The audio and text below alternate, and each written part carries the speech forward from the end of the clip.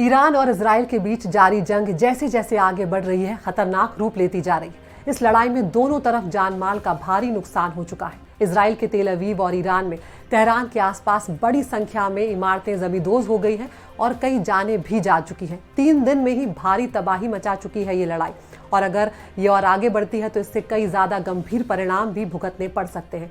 ऐसे में ये सवाल उठ रहे हैं कि सबसे बुरा इस लड़ाई में क्या हो सकता है। ये लड़ाई अभी तक दोनों देशों के बीच ही सीमित है, लेकिन अगर इसका विस्तार होता है तो तबाही का पैमाना बहुत ज्यादा बढ़ सकता है और उसकी जद में कई देश यहाँ पर आ सकते हैं। तो इजराइल और ईरान की जो जंग है उसमें सबसे बड़ा डर जो है वो इस बात का है कि इस युद्ध में अमेरिका की एंट्री ना हो जाए।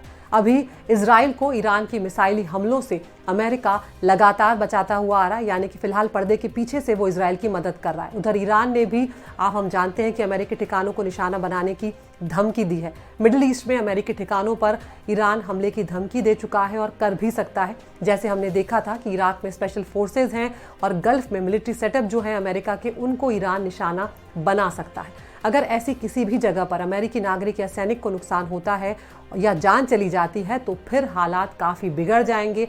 फिर युद्ध में कूदने को मजबूर हो सकते हैं डोनाल्ड ट्रंप। अमेरिका के पास बम वर्षक और बंकर बस्टिंग बम्स हैं।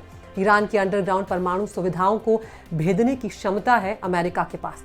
इस सब के बीच में दूसरा बड़ा खतरा जो है वो है खाड़ी देशों पर हमले का खतरा, जो ईरान कर सकता है, क्योंकि खाड़ी देश जो हैं ईरान के निशाने पर आ सकते हैं। ईरान ये बात कह चुका है कि अमेरिका जो है वो इजराइल समर्थक खाड़ी देश जो हैं उनको वो निशाना बना सकता है। खाड़ी देशों की ऊर्जा और बुनियादी ढांचे जो हैं उन पर निशाना वो साध सकता है। आपको याद होगा 2019 में सऊदी अरब के तेल क्षेत्रों पर जो हमला हुआ था उसका आरोप ईरान पर ही लगा था। तो अगर खाड़ी देश घसीटे गए तो उन्हें भी अमेरिका की जरूरत पड़ेगी और फिर आप अंदाजा लगा सकते हैं कि किस तरह से ये युद्ध फैल सकता है।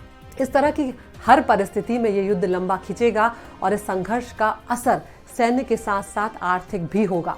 ईरान तेल और गैस का बड़ा उत्पादक है और तेल की कीमतें पहले ही हम जानते हैं कि आसमान छू रही हैं। ऐसे में इस संघर्ष का असर पूरी दुनिया की अर्थव्यवस्था को प्रभावित करेगा।